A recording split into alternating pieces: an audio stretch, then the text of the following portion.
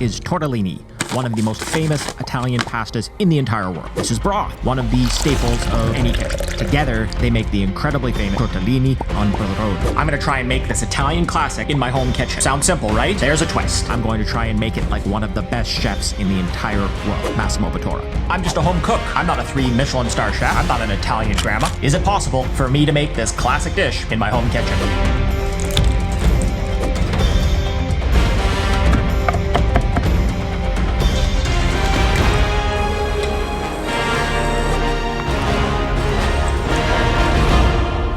So I'm going to start by making a broth, which is one of the 2 stars of the show. And of course, we're not using that boxed broth that I used a second ago. We're going to make our own from scratch. Cut an onion in half like this. You'll see why in a second. Then we've got some carrots, just roughly chop these. I'm not even going to take the skins off of them. Celery is the other thing that's going in this broth. Cut those up just like the carrots, pretty roughly, and then in the same bowl. Next is chicken. I have a whole chicken here that I'm going to cut down, take off the legs, basically into quarters, and keep the carcass so that it's just basically easier to cook. Now I'm taking off the wings. Those just come off really easily if you find where they connect to the body, and then just split the breast down the center. It cracks pretty easily. You've got your chicken very roughly set up to make our broth.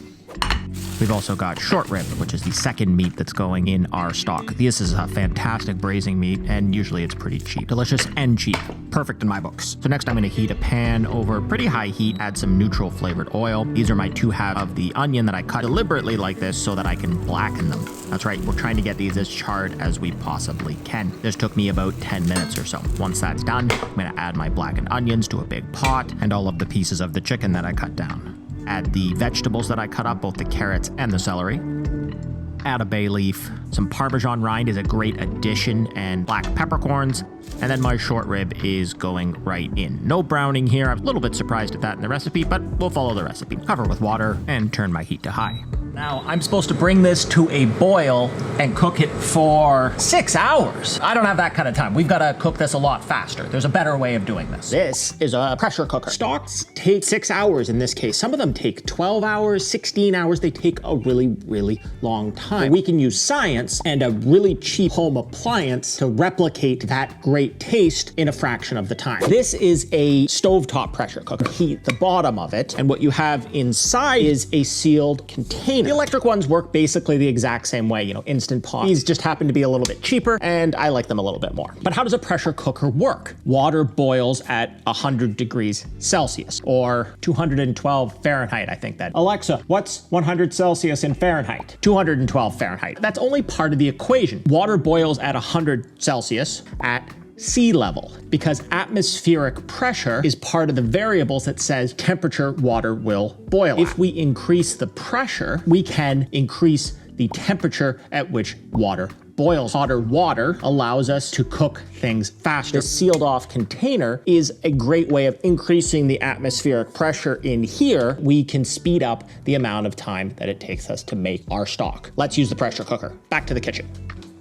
So I'm going to move all of my stock ingredients into my pressure cooker. Take the lid off. I'm going to pour all of my ingredients right in, close the lid, making sure it locks. Set this over high heat, and in a few minutes, you'll see some steam and even some hissing. This is good because it indicates the pressure is increasing. I have a little red knob, which tells me that it's at pressure. Lower the heat to about medium low to maintain the pressure, and we can move on to the next step. It's going to take about 90 minutes or so, the equivalent of about a 6-hour stock. I'm convinced that it's going to be really, really good. What I'm not convinced about is my pasta making skills. In this recipe, I need to make fresh pasta and then fill them and close them up. They're really quite small, fold them over, and they connect at the other end. I think it's gonna be pretty challenging to make some of these. We need to make our pasta dough, make a filling, and then we need to assemble them. Got a fair bit of work in front of me. Let's get started. I'm gonna use my counter, which I promise you is clean. I'm gonna put some all-purpose flour and make a well in the center. Inside of the well goes 2 whole eggs and then just 2 egg yolks. And then slowly start breaking down the walls and stirring the eggs.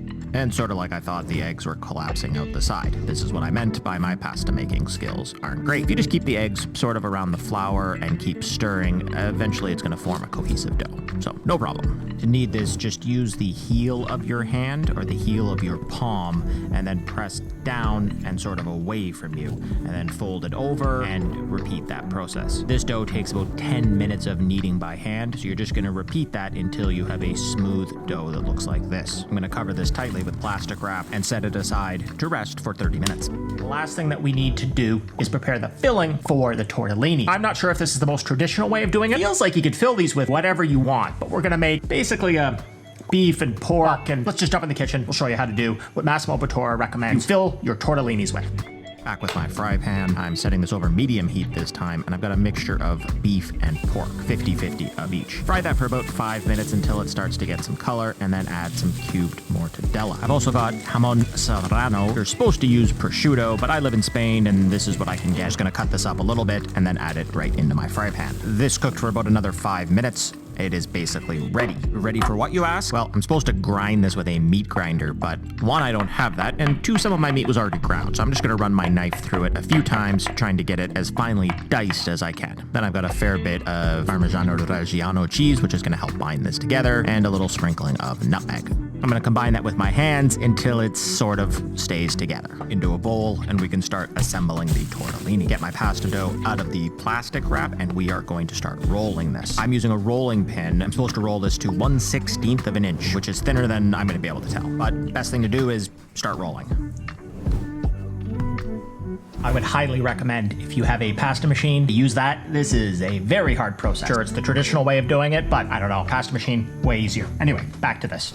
After about 10 minutes of rolling, I seem to have made some progress. It is starting to get very, very large and take up almost my entire counter. That looks about 1/16 of an inch. Either way, I'm moving on. I'm gonna cut off the edges so this forms a rectangle or a square so that I can make little squares. I made little marks every 3.5 centimeters or so, and then using a pizza roller, I am cutting these down into squares or sort of squares.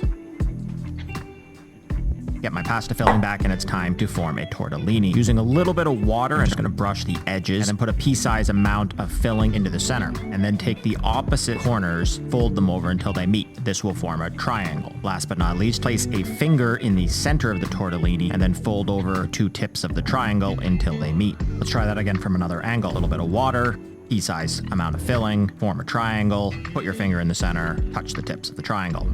All right, so that's how you roll the tortellini. I've got a bunch more here to do. Let's speed this up and finish making our tortellini.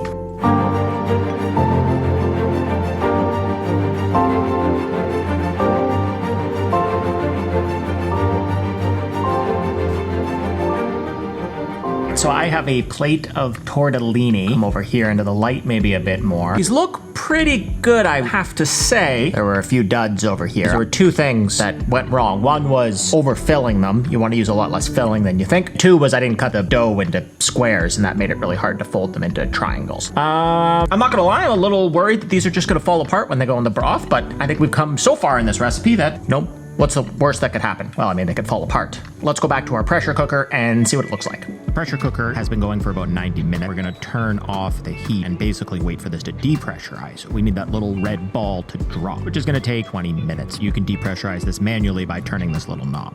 Little ball is dropped. We can unlock this now. The little safety has come out, and we have a delicious, delicious stock in here. Let's strain it. The vegetables in here are garbage, but the pieces of meat, the short rib and the chicken, are usable, so I'm gonna set those aside for another recipe. This broth is incredibly tasty. It just needs a little bit of salt. I'm going to transfer it to a smaller dish, which I'm going to use to cook the tortellini. Bring that up to a boil, and then I'm gonna add about 5 or 6 of my tortellini. Once those float to the top, they're done. I'm gonna take them out with a slotted spoon and put them on a plate and get ready to plate this up. Just simply add some of the broth that I used to cook the tortellini. It's time to eat these. I'm so happy they didn't fall apart. That's fantastic. The broth is incredible. 90 minutes in total as opposed to the 6 hours. It's such a depth of flavor with the chicken and short rib, the beef. It's really, really good. I need another bite.